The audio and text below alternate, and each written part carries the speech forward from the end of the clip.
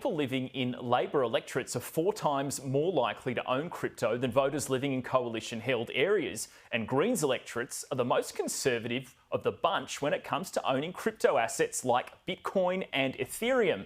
That's according to some new research by crypto exchange Kraken.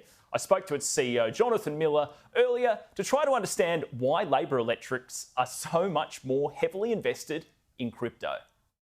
It's an interesting result that we've found, and it's one that's reflected globally, that the people you think who are buying crypto aren't necessarily the ones that you would have been certain of 7 to 8 months ago. There's a whole swathe of everyday Australians who are looking to crypto as an opportunity, and that's reflected in the data. We've seen numbers through suburbs, aspirational professional people, but also let's call it battlers, people who are looking to get ahead. And that's really surprising and exciting. And I think, in the US, we say, crypto's not for bros, it's for everyday Joes. And I think that really stands up here in Australia as well.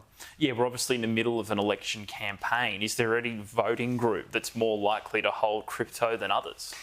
Yeah, I think there is. And look, in the data that we've got, and must be caveated that it's our own data, it's our own clients, and it's a representative sample of our own clients, it's certainly skewed towards people in Labor electorates. Okay. And that's what leads me to believe that there's people out there that are in these seats that are perhaps, looking to get ahead. Perhaps they don't quite have their foot in the property market yet, and they're seeing crypto as an alternative investment that makes a lot of sense for them in the longer term.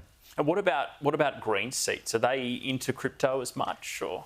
That didn't really skew for us as strongly. Yeah. It was more along the traditional party lines that we saw deviation, and it kind of certainly on the Labor side we saw a predominance there, and we think it's an issue that should be taken to heart from those politicians. So more of a risk appetite in those areas, or? Perhaps, yeah. But I think also it's reflective of what we see in the broader economy of people who are looking at alternative assets, and that's not just crypto. I think post COVID we've seen spikes in equities as well. People taking to investing in stocks, and crypto is part of that trend of investment, rather than it being considered the pure, fringe. Perhaps it's now a bit more mainstream.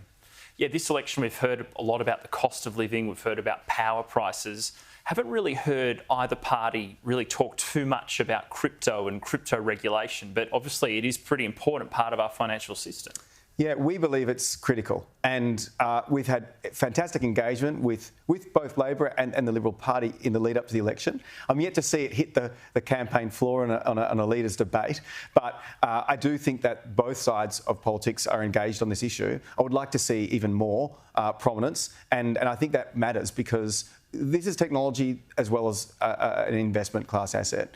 And the technology has the capacity to transform several parts of our society, and our financial system notwithstanding, really could do with a boost. I think that there's productivity gains that technology can bring, and that's really an opportunity for the country. It should be at the forefront of our politicians' minds. Yeah, because it was interesting last year, the US election, it was very clear that Trump was a pro-crypto candidate, Biden was against crypto. But we don't really see that here.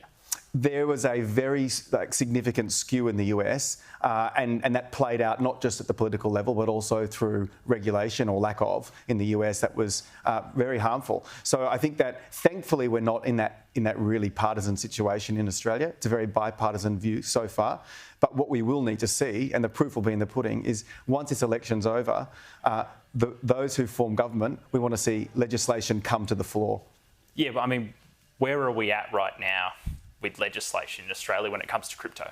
We're waiting, and we've got some fantastically positive signs from Treasury. We believe that there's draft legislation that will be released soon. We're very much looking forward to seeing that, reading that. It's been a consultative approach, but we're still in the waiting game at the moment. Because how many years has this sort of negotiation been going for?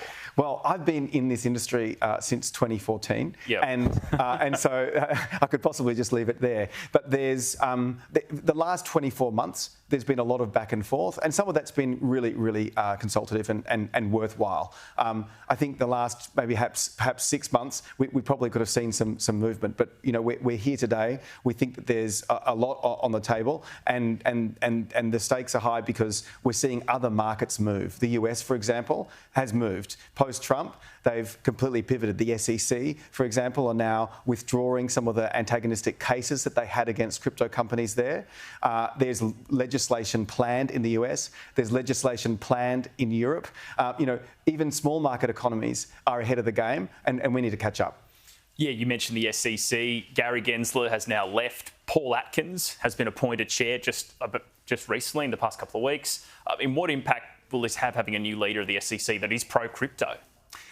Huge impact, and we've seen that impact already. So prior to that shift, most, if not all, crypto companies in the US had some form of suit against them from the SEC.